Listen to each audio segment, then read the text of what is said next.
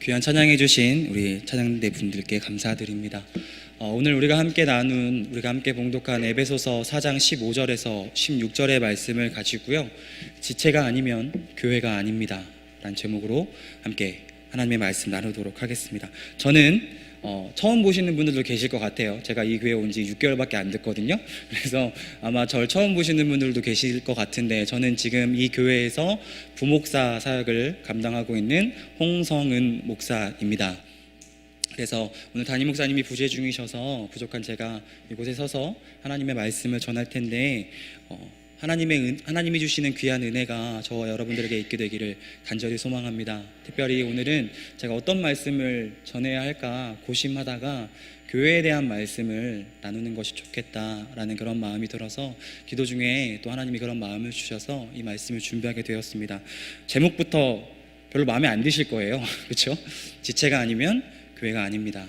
일부러 제가 제목을 정하면서 어젯밤까지 제목을 바꿀까 말까 고민을 하다가 그냥 이 제목으로 함께 말씀을 나눕니다. 여러분, 시험 들지 마시고 은혜로 받으시기를 바랍니다. 여러분, 교회란 것이 무엇인지, 하나님이 세우신 예수 그리스도가 머리 되신 교회란 것이 무엇인지 꼭 가슴에 새기시는 말씀 되시기를 바랍니다. 제가 이 교회에서 오래 있었으면 자칫 누군가를 표적해서 말할 수 있기 때문에, 그런 오해가 될 수 있기 때문에 차라리 온 지 얼마 안 됐기 때문에 이런 설교를 할 수 있는 것 같아요.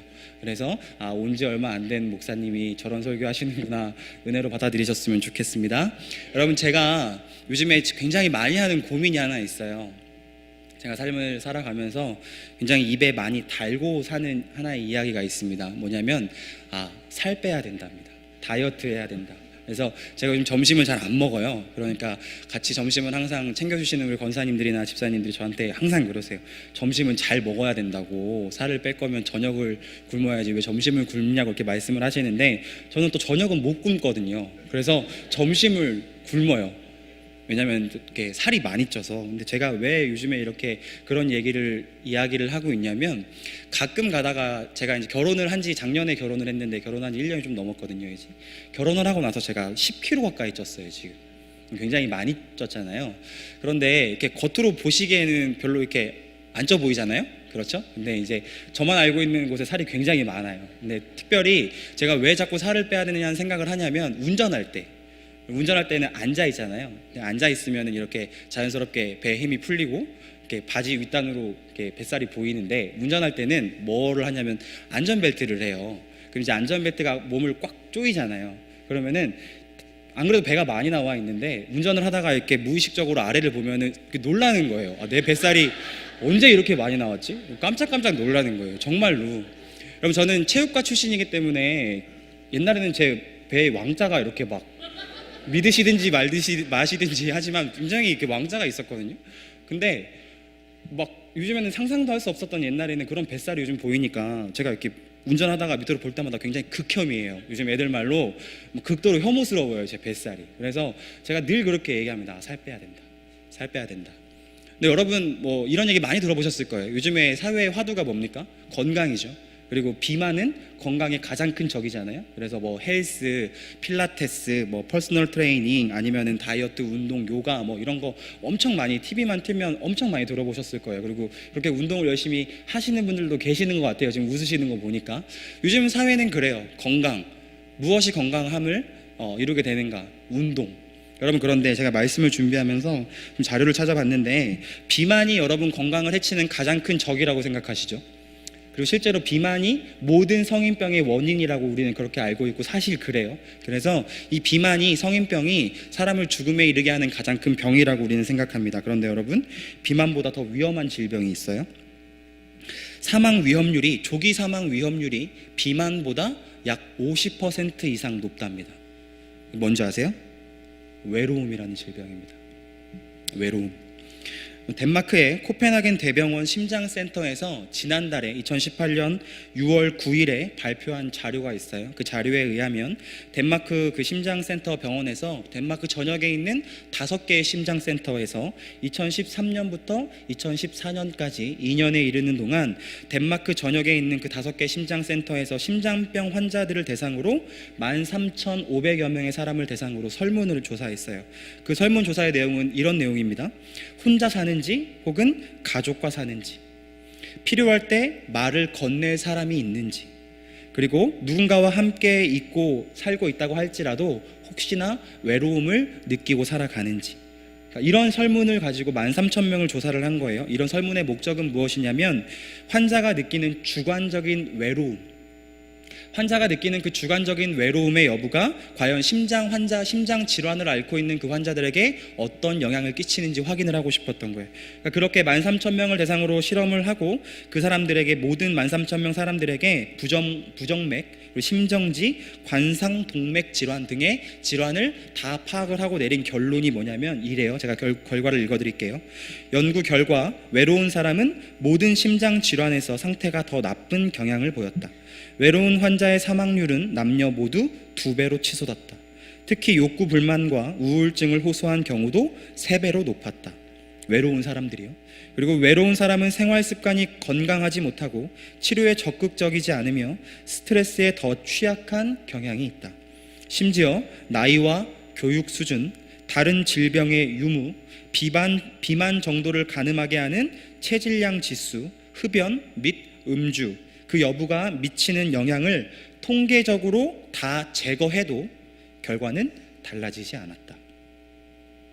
여러분, 그로부터 1년 전에 2017년에 미국의 브리검 영 대학에서 그 센터에서, 연구소에서 발표한 자료에 의하면 이런 심장병 환자 말고 정상인 사람들을 대상으로 했을 때 조기 사망 위험률이 고독감과 외로움을 느끼는 사람들이 일반인에 비해서 50% 이상 사망률이 높다고 분석을 했대요.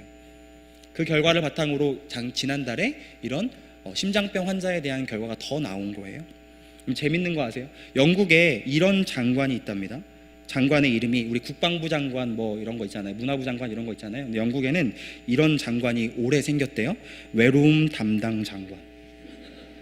2018년 1월 17일 영국에 새로 생긴 장관 이름이 외로움 담당 장관입니다. 그 장관을 임명하면서 영국의 메이 총리가 이렇게 이야기했대요. 외로움은 하루 담배 15개 피를 피우는 것과 같고 비만보다 매우 위험하다.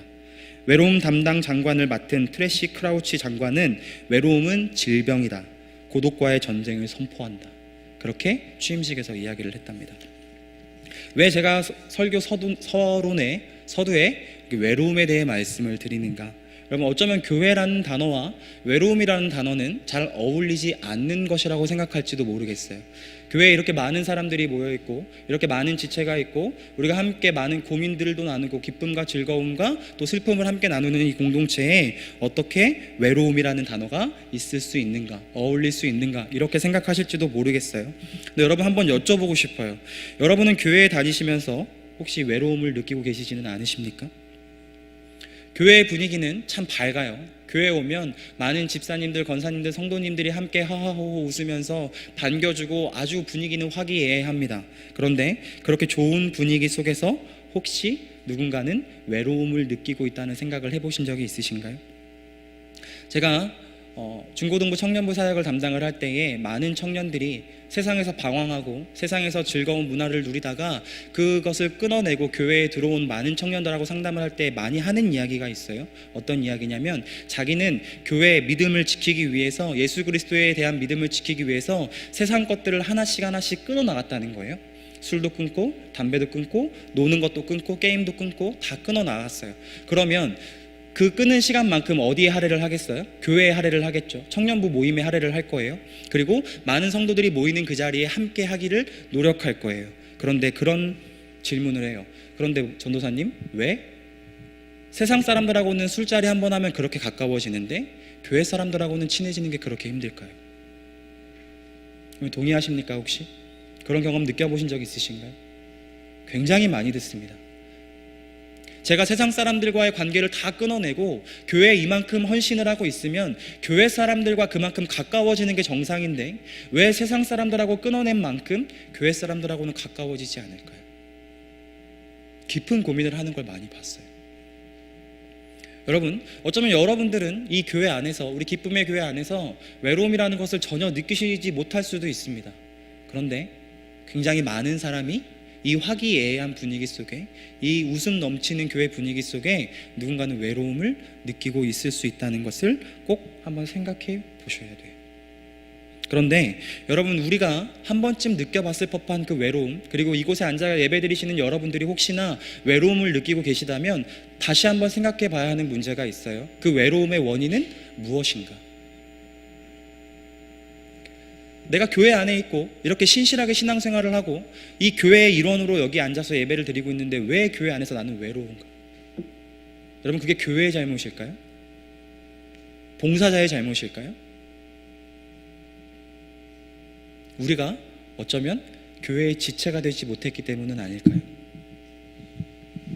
우리가 외로움을 느끼는 이유는 누군가의 잘못이 아니라 내 스스로 자초한 일이지는 않은가? 여러분, 사회는 어떻게 흘러갑니까? 지독한 개인주의로 흘러가요. 예전에는 전도한다고 찾아가면 문을 쉽게 열어줬어요. 교회에서 왔다고 하면 차 한잔 내주는 것도 다반사였어요. 요즘 여러분 노방전도 해보시고 길거리 전도 한번 해보시면 쌀쌀맞게 그냥 지나갑니다. 아파트 벨을 눌러서 그 집에 들어간다는 건 말도 안 되는 소리예요. 나쁜 현상은 아닙니다. 그만큼 위험한 세상이기도 하니까. 그런데 중요한 건 뭐냐면 이 사회가 그렇게 지독한 개인주의로 흘러간다는 거예요. 우리 교회도 다르지 않습니다. 불과 10년 전, 몇 년 전만 해도 제자훈련을 하고 함께 성도들이 모여서 만찬을 나눌 때 다 집에서 했어요. 우리 집으로 초청하고, 우리 집에 초청하면 우리가 음식을 만들고 우리가 베풀고. 근데 요즘 교회는 집에서 모이지 않아요. 다 교회에서 모입니다. 교회에서 모이면 그나마 다행이에요. 요즘 교회 젊은 사람들은, 그리고 요즘 다음 세대를 이끌어가야 할 우리 교회의 다음 세대들은 교회에 모이지 않습니다. 교회에 모이기를 힘쓰지 않습니다. 교회 안에서 진정한 교제가 점점 사라져가고 있습니다. 교회에서 많은 모임을 하는 교회를 찾아보기가 힘들 정도로 예전에는 교회 안에서 마품을 나누고 기쁨을 나누고 즐거움을 나눴지만 오늘 언젠가부턴가 오늘날 교회에서는 그런 모든 것들이 다 형식적으로 변해가고 있어요. 여러분, 우리가 이 교회의 본질을 회복하지 못한다면, 우리가 제가 서두에 말씀드렸던 이 외로움이 우리 교회에 계속해서 잠식하게 된다면, 전 개인적으로 우리 교회의 미래에 가장 장애물이 되는 것은 이 개인주의와 개인의 외로움이라고 생각합니다.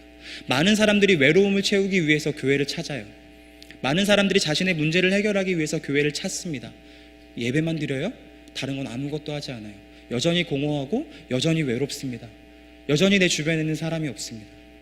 원인을 알지 못한 채 교회 나가봐도 별 의미 없네, 교회 나가봐도 외롭네, 교회 나가봐도 아무 소용없네, 그렇게 교회를 떠나가 버릴 거예요. 교회가 교회되지 못한다면 우리는 그런 일을 앞으로 많이 맞이하게 될 것입니다. 그렇다면 교회의 본질이라는 것이 무엇일까? 교회는 어떤 모습으로 하나님 앞에 서야 하는가? 우리 기쁨의 교회가 하나님 앞에 어떤 교회로 서야 하는가? 오늘 본문의 말씀을 가지고 함께 좀 나누기를 원합니다. 오늘 본문 15절 말씀을 함께 좀 같이 읽겠습니다. 본문 15절 말씀 함께 봉독하도록 하겠습니다. 오직 사랑 안에서 참된 것을 하여 범사에 그에게까지 잘할지라. 그는 머리니 곧 그리스도라. 아멘. 마지막 부분에 이렇게 이야기해요. 그는 머리니 곧 그리스도라. 이렇게 15절을 마감하고 있습니다.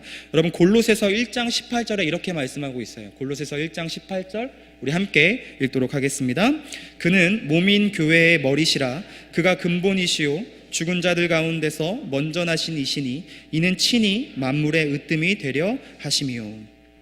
여기서 말하는 그는 누굴까요? 예수님이시겠죠? 예수 그리스도가 교회의 머리시라고 지금 골로새서는 이야기하고 있어요. 그러니까 우리가 함께 읽은 15절, 16절, 에베소서 4장 15절, 16절 말씀은 뭐에 대한 말씀일까요? 교회에 대한 말씀인 걸 기억하시고 말씀을 들으셔야 됩니다. 교회는 어떤 곳인가? 교회는 뭐 하는 곳인가? 교회의 본질은 무엇인가? 그것에 대해서 에베소서에서 말씀하고 있는 거예요. 15절 말씀을 읽으면 이렇게 말합니다. 오직 사랑 안에서 참된 것을 하여 범사에 그에게까지 잘할지라. 이게 교회의 본질이라는 거예요. 여러분, 교회가 헬라어로 뭔지 아십니까? 에클레시아예요. 많이 들어보셨을 거예요. 여러분, 에클레시아가 가지고 있는 원뜻은 불러 모으다라는 뜻입니다. 밖으로 불러 모으다. 그래서 교회가, 이 에클레시아라는 단어가 교회가 된 이유는 무엇이냐면, 세상 가운데서 우리가 살아가는 세상 가운데서 구별되어져서 하나님을 믿는 사람으로, 예수님을 믿는 사람으로 구별되어져서 그들이 모인 곳이 교회라는 거예요. 그런데 우리는 쉽게 생각할 때 뭐라고 생각하죠? 교회는 건물이라고 생각하죠. 그런데 교회가 건물이 아니라는 것은 여러분도 너무 잘 아실 거예요. 교회는 건물이 아닙니다. 교회는 모임이에요. 교회는 사람입니다. 예수님을 믿는 사람들이 모인 곳, 그것이 교회예요. 이 건물이 아니라 우리가 저 밖에 길거리에 모여 있어도 그곳이, 우리가 모인 곳이 교회입니다. 여기까지는 우리가 잘 알아요. 교회가 건물이 아니라는 것. 근데 이 다음은 우리가 잘 생각하지 못해요. 교회가 건물이 아니에요. 교회는 사람이라고 말씀을 드렸어요. 그런데 그 교회가 교회되기 위해서 무엇을 해야 합니까? 오늘 15절 말씀에 보니까 교회가 교회되기 위해서 가장 먼저 필요한 것은 우리가 모인 우리 교회가 사랑 안에서 참된 것을 하여 범사에 그에게까지 자라가야 된다고 말하고 있어요. 교회는 그냥 모이는 게 교회가 아닙니다. 어디서든지 예수 믿는 사람들이 함께 모여있는 그곳이 교회인데 그것으로 그치면 더 이상 교회가 아니에요. 교회는 무엇입니까? 함께 모인 그 공동체가 사랑 안에서 참된 것을 해야만 그것이 교회라는 거예요. 근데 여기까지는 생각하지 못해요. 모여있으면 교회라고 생각합니다. 여러분, 예배를 드리고 찬양을 하고 기도를 하고 그게 교회라고 생각하시죠? 아닙니다. 여러분, 교회는 함께 모인 우리가 사랑 안에서 참된 일을 행할 때 그제서야 비로소 교회가 될 수 있는 거예요. 참된 것이라는 게 무엇일까요? 이 부분을 영어 성경으로 보면 정확하게 이렇게 쉽게 표현하고 있어요. 사랑 안에서 진리를 말하는 것. 참된 일이라고 하면 좀 추상적이죠. 좋은 일, 교회에서 하는 일은 다 좋은 일이지. 그런데 영어 성경으로는 이렇게 말하고 있다는 거예요. 사랑 안에서 진리를 말하는 것. 여러분, 진리가 무엇입니까? 복음이죠. 예수 그리스도가 진리이시고 예수 그리스도의 복음이 진리입니다. 그 진리를 함께 모여서 사랑 안에서 말하는 것, 증거하는 것, 세상에 나아가서 교회로 살아가는 것, 그것이 교회라는 거예요. 여기 함께 모여서 우리가 이렇게 하나님을 예배드린다고 해서 이곳이 교회의 완성이 될 수 없습니다. 교회가 교회되기 위해서는 우리가 사랑 안에서 진리를 말할 수 있어야 한다는 거예요. 진리를 선포하는 것이, 진리를 전하는 것이 교회라는 것입니다. 우리가 그런 이야기 참 많이 합니다. 예수를 닮아가자, 예수를 닮아가자. 오늘 본문에서도 말씀하고 있죠. 잘할지라, 예수 그리스도에게까지 잘할지라. 성장한다는 거예요. 우리가 예수님을 닮아간다는 거예요. 참 많이 기도합니다. 예수님, 제가 예수님을 닮아갈 수 있게 해주십시오. 예수님, 제가 성장할 수 있게 해주십시오. 그런데 성장은 언제 찾아오는지 아세요, 여러분? 예배드리고 기도하고 하나님을 인격적으로 만날 때 성장이 찾아오고 변화가 찾아옵니다. 그런데 오늘 성경 말씀은 언제 성장하냐니까, 함께 모여서 사랑 안에서 진리를 말하고 참된 일을 함께 해나갈 때 우리가 성장한다는 거예요. 영어 성경으로 예수님 안에서 예수님을 통해서 자라간다고 이야기합니다. 여러분, 반대로 말하면 어떻게 되는 줄 아세요? 우리가 교회가 교회되지 못하면, 우리가 교회에 모여서 그냥 예배만 드리고 그냥 주일만 나오는 교회로 전락해버린다면 우리에게는 성장도 없다는 소리예요. 많은 교회에서 이런 고민을 합니다. 교인이 10년을 다니고 20년을 교회 다녔는데 변화가 없어요. 교회를 10년 이상 다녔는데 아무런 복음의 변화를 경험하지 못해요. 똑같아요, 여전히. 많은 교회들이, 그리고 많은 성도님들이 그런 고민을 해요. 왜 우리는 변화가 없을까? 왜 우리는 잘하지 못할까? 왜 우리는 성장하지 못할까? 문제가 하나님께 있을까요? 우리에게 있겠죠. 교회에게 있겠죠. 왜요? 교회가 이 본질을 놓치고 있기 때문입니다. 함께 모여서 참된 일을 하고 예수 그리스도의 진리를 선포하는 일을 교회가 감당해야 되는데 사랑 안에서 함께 모이지 않아요. 교회에서 무슨 일을 하든 관심이 없어요. 나랑은 상관이 없는 일이에요. 나는 그냥 주일날 교회 가서 예배 한번 드리면 끝이에요. 그런 기독교인이 많아지면 많아질수록 교회는 힘을 잃어간다는 거예요. 제가 작년 초에 개인적으로 참 가슴 아팠던 일이 있었습니다. 제가 대전의 한 교회에서, 제가 이제 모교회라고 표현을 많이 하는데, 제 모교회에서 20년 이상 신앙생활을 했어요. 그리고 거기서 전도사 2년 생활을 하다가 제가 분당에 있는 만나교회로 사역지를 옮기게 되었거든요. 그때 함께 저랑 같이 신앙생활을 했던 후배가 작년 초에 그 교회에서 간사를 하고 있었어요. 고등부 간사를. 그리고 저랑 굉장히 가까운 사이고 친밀한 사이이기 때문에 통화도 자주 하고, 힘든 일이 있을 때마다, 어려움이 있을 때마다 저한테 연락해서 많이 이렇게 의견을 묻고 그런 친구였어요. 고등부 간사였는데 그 친구한테 작년 초에 전화가 왔어요. 그리고서는 이런 이야기를 하더라고요. 자기가 제가 20년 이상 섬겼던 그 교회에서 아동부 목사님한테 폭행을 당했다는 거예요. 전 TV에만 나오는 일인 줄 알았어요. 신문에만 나오는 일인 줄 알았어요. 여러분, 교회에서 폭행 사건이 말이 됩니까? 제가 여러분을 폭행했다고 생각을 해보세요. 여러분 가만히 계시겠습니까? 간사예요. 이제 20대 초반, 중반. 간사가 폭행을 당했다고 저한테 얘기를 하는 거예요. 그래서 물어봤어요. 어떻게 된 거냐, 자세히 얘기를 해봐라. 그러니까 그 교회에 아동부 목사님이 한 분 계신데, 그분은 또 어떤 분인 줄 아세요? 저보다 7살이 많은 형님이세요. 어렸을 때부터 저랑 같이 신앙생활 했던 분이에요. 제가 중학교 1학년 때 저희 교회, 저희 반 담임이셨어요. 가해자 목사님이. 너무너무 잘 아는 분이에요. 어려서부터 봤는데 좀 거칠기도 하고 좀 이렇게 성격이 불같기는 했지만 함부로 사람을 때릴 사람은 아니에요. 그래서 물어봤어요. 어떻게 된 거냐 그랬더니 자초지종은 이래요. 그러니까 아동부 목사님이고 얘는 이제 고등부 간사였는데, 이 아동부 목사님이 일이 너무 바쁘니까 아동부 간사에게만 일을 시킨 게 아니라 너무 자연스럽게 이 고등부 간사에게도 일을 시킨 거예요. 너무 자연스럽게, 너무 당연하게. 근데 이 아이는 어떤 아이냐면 상처가 굉장히 많은 아이예요. 집에서 어려서부터 아버지에게 폭력에 시달리고 가족이라는 단어를 세상에서 가장 싫어하는 아이예요. 상처가 얼마나 크겠어요. 그러니까 그 상처가 있는 만큼 거칠어요. 말도 거칠게 하고 행동도 거칠게 하고, 굉장히 거침이 막 묻어나는 아이란 말이에요. 그러니까 그 아이가 마음에 안 들었어요. 그러니까 이제 인상을 쓰고 제대로 안 했던 모양이죠. 그러니까 목사님이 불러다가 혼을 낸 거예요. 그러면은 그냥 죄송합니다 하면 되는데 얘가 덤빈 거예요. 왜 나에게 이런 일을 시키냐, 난 아동부 간사가 아닌데. 그러니까 이 목사님이 화가 나서 홧김에 한 대 쳤나 봐요. 그러니까 얘가 참지 못하고 몸을 부딪힌 거예요. 이렇게 14살이나 어린데. 그러니까 얼마나 화가 나겠어요, 목사님이. 그러니까 폭행으로 이어진 거예요. 들어보니까 보통 폭행이 아니에요. 주먹으로 얼굴을 가격하고 발로 차고 쓰러져 있는 애를 발로 밟고. 너무 화가 나신 거죠, 목사님이. 그렇게 얘기를 저한테 이야기하면서 그렇게 이야기하더라고요. 제가 너무너무 화가 나서 고소를 준비하고 있다고. 그리고 이 문제를 가지고 고등부 목사님한테도 얘기해봤고 청년들한테도 이야기해봤고 다 이제 교회에서 알게 되었으니까 많은 사람들한테 조언을 구했대요. 그랬더니 하나같이 다 뭐라고 이야기하냐면, 고소해라.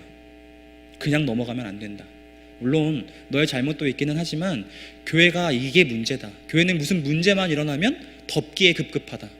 쉬쉬하려고 하고 어떻게든 이슈화를 안 시키려고 하고 그냥 아무런 문제 없이 그냥 넘어가려고 하니까 교회가 지금 이 모양 이 꼴이라고.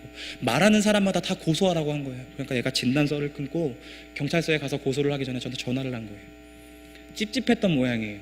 내가 제대로 하는 게 맞나? 목사님도 그렇게 얘기하시고 다 말씀하시니까 맞는 길인 것 같기는 한데, 그래도 한번 마지막으로 전도사님한테 전화를 해봐야겠다. 작년에는 제가 전도사였으니까요. 전화해서 저한테 묻더라고요. 제가 여러분 뭐라고 했을 것 같으세요? 여러분, 제가 그랬습니다. 그래, 난 너를 응원한다. 네가 어떤 결정을 하든, 네가 어떤 선택을 하든 나는 너를 응원한다. 네가 어떤 선택을 한다고 해서 내가 너를 뭐라고 하지 않을 거야. 그런데 네가 전화를 해서 내 의견을 물으니까 내가 내 의견을 이야기해 줄게. 나는 네가 그 목사님을 용서했으면 좋겠다. 그러니까 대번에 저한테 그러는 거예요. 목사님 어떻게 용서를 해요? 말이 된다고 생각하세요? 제가 그랬어요.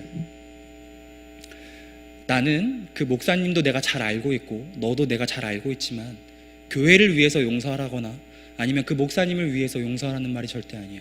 나에게 가장 중요한 사람은 너야. 그런데 난 너를 위해서 네가 그 목사님을 용서했으면 좋겠어. 왜냐면 신학생이잖아요. 제가 그렇게 이야기했어요. 네가 앞으로 신학을 졸업하고 그 다음에 대학원을 졸업하고 너는 전도사가 되고 목사가 될 거야. 그리고 앞으로 하나님이 너를 쓰시는 그 기간 동안 30년이고 40년이고 너는 수많은 사람들 앞에서 설교를 하는 사람이 될 거야. 그리고 많은 사람들을 이끌어가야 하는, 목양을 책임져야 하는 목사로 쓰임받게 될 거야. 나는 네가 하나님께 쓰임받는 그 30년, 40년의 시간 동안 오늘의 이 사건이, 네가 당한 그 말도 안 되는 폭행 사건이 하나님의 간증이 되었으면 좋겠어. 네가 고소를 하면 다른 사람들은 다 박수 쳐줄 수도 있겠지. 다른 사람들은 다 할 일, 마땅한 일 해야 했다고 말할 수도 있겠지. 충분히 가능한 일이지. 그런데 자랑 삼아 말할 수 있는 건 아니야. 그냥 누구나 할 수 있는 일을 너도 했을 뿐이지. 당한 대로 갚아주는 것, 당한 대로 고소하는 것, 그것이 교회의 불의를 상대하는 일이라고는 하지만 네가 앞으로 목회를 하면서 너를 떳떳하게 드러낼 수 있는, 네가 자랑할 수 있는 일은 아니야. 그런데 네가 지금 그 목사님을 용서한다면, 네가 마음속 깊은 마음으로 그 목사님을 용서할 수 있다면 앞으로 네가 하는 목회 30년, 40년 동안 너는 어딜 가서든 네가 간증할 수 있는 놀라운 하나님의 간증이 될 거야. 제가 그렇게 이야기했습니다. 여러분 생각해 보세요. 폭행을 당했어요. 고소하는 것이 어려운 일입니까? 너무너무 쉬운 일이죠. 누구나 할 수 있는 일이에요. 그런데 용서하는 건 결코 아무나 할 수 있는 일이 아닙니다. 제가 마지막에 그렇게 이야기했어요. 누구나 할 수 있는 일을 선택하든 아무나 할 수 없는 일을 선택하든 너의 선택이라고. 그런데 나는 네가 내 말을 듣고 억지로 용서하지 않았으면 좋겠다고. 만약에 이 일이 용서로 넘어가서 내가 교회에서 내 말이 그냥 교회에서 하는 말처럼 그냥 덮고 넘어가, 사랑으로 덮고 넘어가, 이렇게 이야기하는 것처럼 네가 들린다면 그냥 고소해. 너의 마음에 상처로 남을 것 같으면, 너의 마음에 다시는 기억하고 싶지 않은 일로 남을 것 같으면 그냥 고소하는 게 옳아. 그런데 내 말이 귀에 들리거든, 진짜 내 말이 진심으로 느껴지거든, 할 수 있거든, 네가 용서하기를 바래. 그리고 며칠 있다가 다시 전화가 왔어요. 저한테 그러더라고요. 전사님과 통화 후에 많은 고민을 했습니다. 그리고 많이 기도도 했어요. 아직도 목사님이 용서가 안 되고 아직도 목사님 편을 드는 교회가 용서가 안 돼요. 그럼에도 불구하고 제가 용서해 보려고요. 기도해 주세요. 전사님. 전사님의 말씀처럼 이 일이 다시는 추억하고 싶지 않은 수치스러운 기억으로 남지 않고 어디서든지 하나님을 간증할 수 있는 놀라운 간증으로 남게 해달라고 저한테 그렇게 이야기하더라고요. 그럼 제가 그 일을 겪으면서 무슨 생각을 했는지 아십니까? 저는 떨어져 있었어요. 저는 그때 분당에 있었으니까, 이천에 있었으니까요. 그리고 그 친구는 대전에 있었어요. 그런데 저는 그 친구와 제가 영적으로 묶인 교회라고 생각합니다. 다른 교회를 섬기고 있지만 그 아이와 제가 하나님 안에, 예수 그리스도 안에 하나의 영적인 연결고리로 묶여있는 교회였다고 저는 생각해요. 여러분, 그 아이가 목사님을 용서하는 그 결정을 하기가 쉬웠을까요? 다른 사람도 아니고 목사님한테 맞았어요. 구타를 당했어요. 여러분 용서하실 수 있으시겠습니까? 그런데 만약에 그 일이 고소로 끝났다면 여러분 참됨은 있었을 거예요. 마땅히 해야 할 일을 했기 때문에 참됨은 있었을지 몰라요. 죄의 대가를 치르게 하는 것이 당연한 일 것인지 모르죠. 그러나 그 안에 사랑은 없어요. 그런데 교회에서 말하는 것처럼 그 아이는 여전히 분하고 여전히 상처투성이인데 그냥 넘어가라고, 그냥 사랑으로 덮으라고, 다 그럴 수 있는 거라고 그렇게 이야기해버린다면 형식적인 사랑은 있을 수 있지만 참됨이 있습니까? 그 아이는 평생 상처를 안고 살아가야 했을 거예요. 어쩌면 모든 것 다 포기하고 교회와는 담 쌓고 살아갔을지도 몰라요. 그런데 저와 그 아이가 함께 교회라는 연결고리로 묶여 있을 때에 그 아이는 그것을 사랑으로 참된 일을 할 수 있었다고 저는 확신합니다. 그리고 그 일을 통해서 그 아이가 많이 성장했다고 저는 생각해요. 그로부터도 6개월이나 더 그 목사님의 얼굴을 대면하면서 간사 사역을 더 했어요. 그리고 가을쯤에 좋은 교회에서 전도사 오퍼가 와서 지금 그 교회에서 전도사 사역을 잘하고 있습니다. 여러분, 전 이게 교회 공동체의 바람직한 모습이라고 생각합니다. 누군가가 힘들고 누군가가 어려울 때에 얼만큼 사랑 안에서 참됨을 이야기할 수 있는가, 어느 것 하나 빠진, 밸런스가 무너진 것을 말하는 것이 아니라 하나님이 기뻐하시는 교회로서의 모습을 어떻게 하면 말할 수 있는가. 우리 교회가 그런 공동체가 되어야 하지 않겠습니까? 그런 아픔이나 상처는 얼마든지 우리에게 일어날 수 있습니다. 여러분, 수많은 교회가 무너져요. 돈 때문에 무너지고, 관계 때문에 무너지고, 이성 때문에 무너집니다. 아주 작고 사소한 시비거리가 눈덩이처럼 커져서 교회를 가르는, 교회 갈등으로 번지게 되는 일들을 우리는 비일비재하게 봐왔어요. 왜요? 그 안에 사랑이 없기 때문에, 그 안에 참됨이 없기 때문에. 참됨과 사랑을 잃어버린 교회는 여러분 교회가 아닙니다. 그리고 두 번째로 우리 16절 말씀을 좀 함께 같이 읽어봤으면 좋겠어요. 우리 16절 말씀 함께 보겠습니다. 그에게서 온 몸이 각 마디를 통하여 도움을 받음으로 연결되고 결합되어 각 지체의 분량대로 역사하여 그 몸은 자라게 하며 사랑 안에서 스스로 세우느니라. 아멘. 제가 진짜 드리고 싶은 말씀은 16절 말씀이에요. 여러분 16절 말씀에 우리 몸이란 단어가 2번 나옵니다. 그런데 이 몸은 제가 앞에서 뭐라고 말씀드렸죠? 교회라고 말씀드렸죠. 몸은 교회이고 교회의 머리는 누구예요? 예수 그리스도예요. 그게 우리 교회의 정의입니다. 그런데 오늘 16절 말씀에 이 몸이 2번 반복되는 것을 볼 수 있어요. 그리고 아주 이 교회에 대해서, 이 몸에 대해서 강조하면서 중요한 표현을 하고 있는데 그 표현이 무엇이냐니까 각 지체의 분량대로 역사하여, 이 부분입니다. 여기서 말하는 분량대로라는 말은 여러분 은사대로라는 말로 대체할 수 있을 것 같아요. 우리 고린도전서 12장 28절 말씀을 함께 좀 보도록 하겠습니다. 함께 읽겠습니다. 하나님이 교회 중에 몇을 세우셨으니 첫째는 사도요, 둘째는 선지자요, 셋째는 교사요, 그 다음은 능력을 행하는 자요, 그 다음은 병 고치는 은사와 서로 돕는 것과 다스리는 것과 각종 방언을 말하는 것이라. 이 구절에서는 은사를 이렇게 순서대로 나열을 하고 있는데, 순서대로 나열했다고 해서 높고 낮음이 있는 게 아닙니다. 중요한 것은 뭐예요? 각 사람에게 하나님이 은사를 주시고 그 주신 은사대로, 그 분량대로 하나님이 사용하신다고 지금 성경은 말하고 있는 것입니다. 그러니까 저와 여러분들을 하나님께서 이 교회의 몸으로 부르셨어요. 성경은 지체라고 이야기합니다. 16절 말씀에 저와 여러분을 이 교회의 지체로 부르셨어요. 지체로 부르신 이유가 뭐냐니까 하나님께서는 저와 여러분들을 이 교회의 지체로 부르시면서 각 사람에게 이 교회에 꼭 필요한 은사와 분량을 주셨다는 거예요. 하나님이 그냥 심심해서 여러분들을 이 교회로 부르신 게 아닙니다. 그냥 우연히 이 교회에 오시게 된 게 아니에요. 하나님은 각 사람의 필요에 따라서 각 사람의 은사대로 교회를 세워 나가신다는 말입니다. 하나님께서는 이 교회에 필요한 사람들을 불러 모으셨어요. 그게 저와 여러분들입니다. 특별히 지체라는 단어를 한번 생각해 보기를 원해요. 여러분, 지체라는 것이 무엇입니까? 고린도전서 12장 14절에서 23절까지의 말씀을 보면 이 사도 바울이 지체가 무엇인지에 대해서 아주 쉽게 설명을 하고 있어요. 지체란 것이 무엇입니까? 손, 발, 눈, 귀, 코, 입, 우리 몸의 일부, 이게 지체예요. 그것을 지체라고 사도 바울은 이야기하고 있어요. 우리 21절에서 23절 말씀을 함께 좀 볼게요. 함께 읽겠습니다. 눈이 손더러 내가 너를 쓸 데가 없다 하거나 또한 머리가 발더러 내가 너를 쓸 데가 없다 하지 못하리니 그뿐 아니라 더 약하게 보이는 몸의 지체가 도리어 요긴하고 우리가 몸에 덜 귀히 여기는 그것들을 더욱 귀한 것들로 입혀주며 우리의 아름답지 못한 지체는 더욱 아름다운 것을 얻느니라. 아멘. 그럼 각 몸의 지체는 고유의 역할이 다 있다는 거예요. 손이 발더러 뭐라고 할 수 없고 발이 손더러 뭐라고 할 수 없어요. 하는 일이 다르다는 거죠.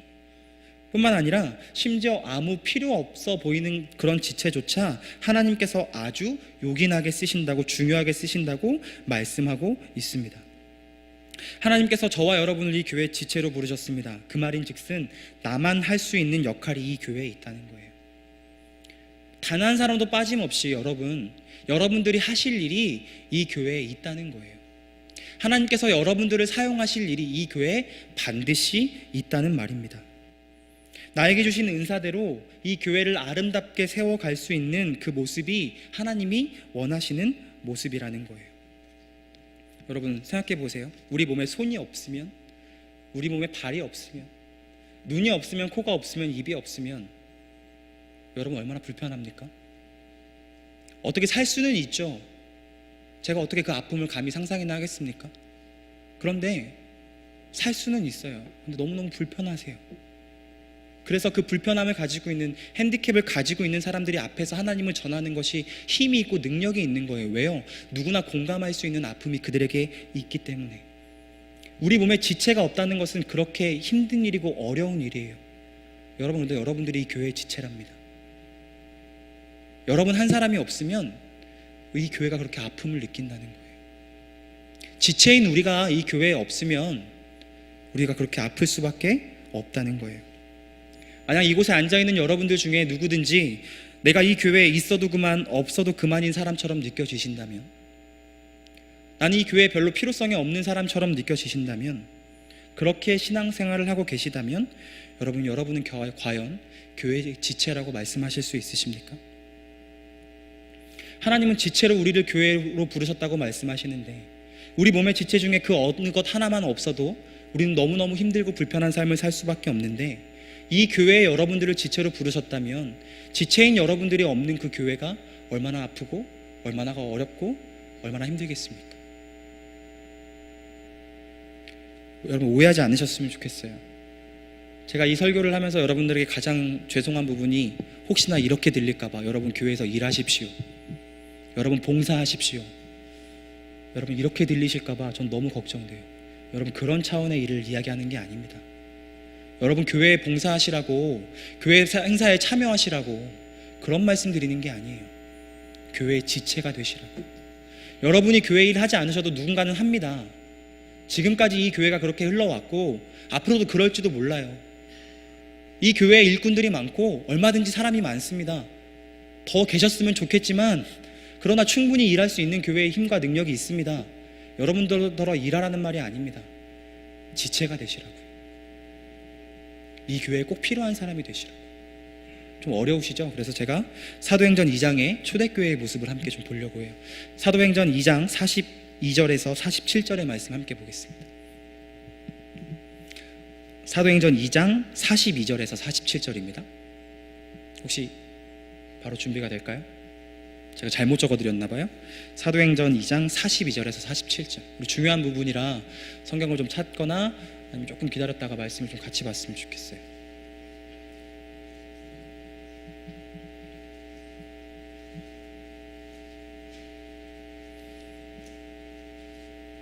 우리 찾으셨으면 우리 한 목소리로 함께 읽도록 하겠습니다. 사도행전 2장 42절에서 47절 말씀이에요. 없는 분들은 잘 들어보세요. 제가 읽어드릴게요. 같이 읽습니다.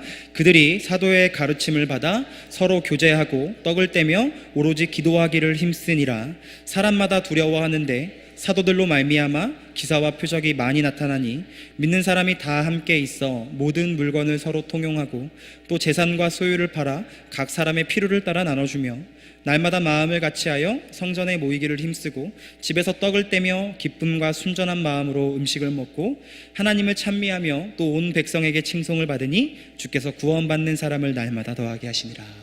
아멘. 여러분 초대교회의 모습이 이랬어요. 그래서 초대교회의 모습은 이름으로 인해서 수많은 사람들, 날마다 구원받는 사람이 더해지는 역사가 있었어요. 우리를 참 힘들게 하는 말씀입니다. 여러분 44절 이후에 이렇게 나와 있어요. 모든 물건을 서로 통용하고 또 재산과 소유를 팔아 각 사람의 필요를 따라 나눠주며 날마다 마음을 같이하여 성전에 모이기를 힘쓰고 집에서 떡을 떼며 기쁨과 순전한 마음으로 음식을 먹고. 뭐에 대해서 이야기하는 걸까요? 성도의 교제에 대해서 이야기하는 거예요. 그런데 그 교제가 지금 어느 수준까지 이르렀어요? 네 거 내 거가 없는 거예요. 모든 물건을 서로 통용했대요. 그리고 심지어 돈이 많은 사람이든 돈이 없는 사람이든 모든 재산을 다 팔아서 교회에 가지고 온 거예요. 그리고 교회의 사도들이 무슨 일을 해요? 필요에 따라 그 재산을 나눠줘요. 마음이 어려워지시죠? 이게 교회의 모습이래요. 여러분 만약에 오늘날 교회에서 제가 이 앞에서 여러분들에게 이렇게 말한다고 생각해 보세요. 여러분 네 거 내 거가 어디 있습니까? 다 가지고 오세요 교회로. 여러분 재산 다 파세요. 땅도 팔고 건물도 팔고 집도 팔고 다 파세요. 그리고 교회 헌금하세요. 이런 사이비가 없죠 여러분. 그리고 제가 임의대로 제 판단하에 힘들고 어려운 사람 부분에서 필요에 따라 나눠주겠습니다. 여러분 이렇게 이야기하는 교회가 있다면, 그리고 오늘 교회에서 그렇게 이야기한다면 여러분 교회 남아 계시겠습니까? 그런데 중요한 건 뭐냐면 우리가 이 본문을 읽으면서 그런 생각을 한다는 거예요. 어떻게 그 초대교회를 따라할 수가 있어? 어떻게 흉내를 낼 수 있어? 가당키나 해? 여러분 가능할까요? 제가 믿음이 없는지 모르겠는데 전 불가능하다고 생각합니다. 왠 줄 아세요? 여러분 이 시대적 상황과 지금은 완전히 달라요. 여러분 여쭤볼게요. 혹시 사흘 이상 굶으신 분 계세요? 금식하신 거 말고요. 먹을 게 없어 사흘 이상 굶으신 분. 아사 직전이신 분 혹시 없으시죠? 여러분, 오늘 우리가 살아가는 세상은 먹을 걱정이 없는 세상이에요. 그렇잖아요? 그런 세상을 살아가고 있어요. 우리 그런 세상을 살아갔는데 이 초대교회의 일을 우리가 바로 적용하려고 하면 적용이 되겠습니까? 안 되죠. 돈을 모으면 뭘 할 거예요? 나눠줄 사람이 없는데. 다 알아서 잘 살아요. 빈부격차는 있겠죠. 그러나 굶어 죽는 사람은 없어요. 적어도 우리나라에서는. 막 너무너무 힘들게 살아가는 사람들은 그래도 도와주는 손길들이 많이 있어요. 그렇잖아요? 여러분, 그런데 오늘 이 본문을 읽으면서 우리가 놓치는 부분이 있어요. 44절 말씀 좀 띄워주실래요? 44절 말씀 좀 띄워주세요. 44절 말씀을 보니까 여러분 이렇게 시작해요. 44절 말씀을 보니까 믿는 사람이 다 함께 있어. 우리는 이 사도행전 2장 이 유명한 말씀을 보면서 뭐만 눈에 들어오냐면 그들이 어떻게 했는지, 그들이 무엇을 했는지만 눈에 들어와요. 누가 했는지는 눈에 안 들어와요. 누가 했대요, 여러분? 그들이 다 함께 있었대요. 여러분, 오늘날 교회가 잊지 말아야 하는 본질이 있다면 재산을 다 팔아서 힘든 사람을 나눠주는 구제가 본질이 아닙니다. 본질은 뭐예요? 다 함께 모이는 게 본질이에요. 그 시대나 지금 시대나 변하지 말아야 하는 것 한 가지가 있다면 그 시대도 다 함께 모여서 그런 교제가 일어났듯이 오늘날 교회도 다 함께 모여서 이런 교제가 일어나야 한다는 거예요. 마음 맞는 사람들끼리, 우리끼리, 내가 좋아하는 사람들끼리 끼리끼리 모이는 교제가 일어나는 것이 교회가 아니라는 말입니다. 진짜 교회는 다 함께 모인다는 거예요. 어떤 사람은 좀 부족할 수도 있죠. 어떤 지체는 좀 안타까울 수도 있죠. 어떤 지체는 좀 가까이 하기 싫을 수도 있죠. 그런데 교회의 본질은 무엇입니까? 하나님께서 보내주신 이 교회의 모든 지체가 함께 모이는 게 교회의 본질이라고요. 여러분 불가능하다고 생각하세요? 이 일이 불가능하다고 생각하십니까? 오늘날은 안 된다고 생각하십니까? 더 이상 함께 다 모일 수 없다고 생각하세요? 혹시 그렇게 생각하실까봐 제가 한 교회 롤모델을 소개해드리고 말씀을 좀 마치려고 해요. 제가 어제 말씀을 마무리하고 이제 계속해서 말씀을 읽고 정리를 하는 중에 어제 푸른음악회를 다녀왔어요. 푸른음악회를 가서 장로님 한 분과 이런저런 이야기를 하는데 그 장로님이 춘천에 있는 한 교회를 이야기하시더라고요. 그래서 그 교회에서 한 청년이 인생이 변화된 이야기를 해주시길래 굉장히 호감이 갔어요. 처음 듣는 교회거든요. 그래서 무슨 교회인가? 그래서 그 교회를 어젯밤에 늦게 9시에 교회에 들어와서 이제 말씀을 마무리하면서 그 교회를 제가 좀 찾아봤어요. 그리고 깜짝 놀랐습니다.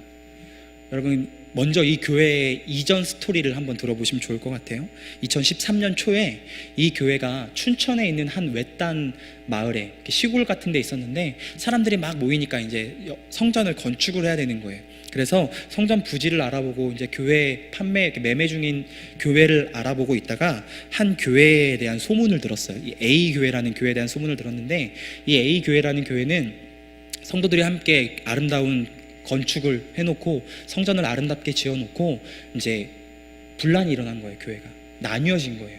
그래서 교회가 무너져서 갚다가 도저히 감당이 안 되니까 이제 경매에 나올 그럴 입장이 되어버린 거예요. 그래서 그 교회가 경매에 나오기만을 기다리는 주변의 교회들이 너무너무 많은 상황이었대요. 왜요? 경매에 나오면 최소한 20% 이상은 싸게 그 건물을 매입할 수 있거든요. 최대 30%까지 많게는. 그러니까 그 많은 주변에 있는 교회들이 여유가 되는 교회들이 그 교회가 경매가 나오기만을 손꼽아 기다리고 있던 그런 교회였대요. 그런데 이 춘천에 있는 교회가 그 교회를 조금 있으면 몇 주만 있으면 경매에 나올 그 건물을 그냥 제값 주고 사버렸어요. 많은 사람들이 의아해했습니다. 조금 있으면 교회 예산을 적어도 수억은 아낄 수 있는데 왜 그런 무모한 선택을 하셨습니까? 왜 그렇게 하셨습니까? 경쟁이 혹시 매물로 나오면 경쟁에서 질까봐 겁나셨습니까? 이렇게 물으니까 그 담임 목사님이 이렇게 말씀하셨대요. 하나님은 우리 교회만 잘 되는 것이 아니라 모든 교회가 잘 되기를 원하십니다. 우리가 죗값을 주고 사지 않으면 어떻게 이 교회가 다시 일어설 수 있겠습니까? 우리의 작은 희생으로 한 교회가 다시 설 수 있다면 이 얼마나 하나님이 기뻐하시는 일이겠습니까? 더 놀라운 건요, 여러분, 이 A라는 교회가, 교회를 파는 이 A라는 교회가 이제 조금 작은 교회로 이전 감사 예배를 드리면서 이 춘천에 있는 담임 목사님을 강사로 초빙을 한 거예요. 여러분, 교회를 오늘날 안타깝게도 많은 교회들이 판매가 돼요. 비극이 굉장히 많이 일어납니다. 그런데 대다수의 그런 거래들은 어두움의 거래들이 많아요. 차마 제가 입에 담을 수 없는 그런 거래들이 지금 많이 일어나요. 그래서 교회를 구입하는 교회와 교회를 판매하는 교회가 서로 상생하기란 하늘의 별 따기와 같아요. 더군다나 교회를 이전하면서 그전 교회를 구매해준 담임 목사님을 강사로 초빙한다는 건 말도 안 되는 일입니다. 그런데 그런 역사가 이 교회에 일어났대요. 왜 이런 교회에서 이렇게 힘 있는 일이 일어날까? 제가 계속 찾아봤어요. 그리고 저는 깜짝 놀랐습니다. 여러분, 이 교회에서 지금 뭘 하고 있냐면 기독교 TV 중에 크리스찬 TV라는 TV가 있어요. 거기서 C채널이라고 하는데 거기서 한 프로그램을 지금 이 교회에서 하고 있는데, 그 교회에서 하고 있는 이 기간이 2013년 10월부터 시작해서 지금까지 이어져 오고 있어요. 그게 무슨 프로그램이냐니까 그 교회 성도들이 간증을 하는 프로그램이에요. 그리스도인들이 간증하는, 누구나 신청을 받아서 나와서 간증하는 게 아니고요, 한 개최 교회에서, 그 춘천에 있는 그 한 교회에서 그 교회 성도들이 나와서 간증을 하는 프로그램이 2013년 10월부터 지금까지 이어져 오고 있어요. 4년 8개월 동안. 몇 명의 사람이 출연했는 줄 아십니까? 거기서 200회 기준으로 650명의 성도가 간증을 했대요. 그리고 지금 404화째를 하고 있어요. 그러니까 몇 명 정도 나갔을까요? 1300명 정도 나갔겠죠. 그리고 그 교회를 찾아보니까 교회가 엄청 대형 교회가 아니에요, 여러분. 10,000명, 20,000명 이런 교회가 아니에요. 많이 봐도 2,000명 정도 되는 교회예요. 3,000명 정도 되는 교회예요. 여러분, 그 교회에서 4년 8개월이라는 시간 동안 그 교인들의 간증만으로 1,300명 이상이 방송에 나가서 간증을 해요. 물론 간증의 수준은 있을 수 있겠죠. 여러분, 그런데 얼마나 하나님의 놀라운 역사들이 끊이지 않길래 1,300명이나 되는 교인들이 간증을 할 수 있겠습니까? 어떻게 지금까지 이어질 수 있겠습니까? 더 놀라운 건 뭔지 아세요? 그 프로그램이 시작된 이후에 이 교회에서 하는 사역 중에 하나가 전국으로 사역자를 내보내는 일이에요. 어떤 일들에 그 사역자를 내보내냐니까 게임 중독, 그리고 그들이 그 교회학교, 주일학교 교사 및 임직원 세미나, 그리고 국내는 물론이고 전 세계 교회 간증 집회 인도, 그리고 국내 중고등학교, 대학교, 채플, 특강 인도. 그걸 누가 하는지 아세요? 성도들이에요. 그 간증에 나온 성도들이 부름을 받는 거예요. 각 단체마다, 세계 교회마다. 그 간증이 너무 감동되어서 목사님을 부르는 게 아니고요, 전도사님을 부르는 게 아니고요, 성도를 부르는 거예요. 우리 교회 와서 간증해달라고, 우리 교회 와서 강의해달라고, 우리 단체에 와서 강의해달라고.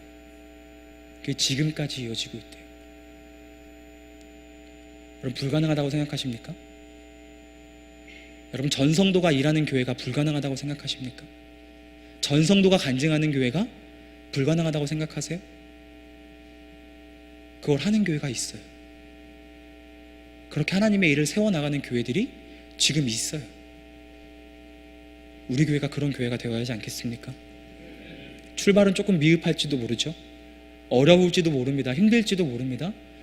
저는 우리 교회가 그렇게 되기를 원합니다. 우리 교회가 그렇게 되려면 여러분, 이 사실을 꼭 기억하셔야 돼요. 여러분, 지체가 아니면 교회가 아닙니다. 죄송합니다, 여러분. 주일날 예배 한번 드린다고 교회가 아닙니다. 더 나아가서 수요 예배 드린다고, 금요 예배 드린다고 교회 봉사 조금 하고 있다고 지체가 아닙니다. 교회가 아닙니다. 여러분, 지체가 되셔야 돼요. 없어서는 안 될 지체가 되시기를 바랍니다.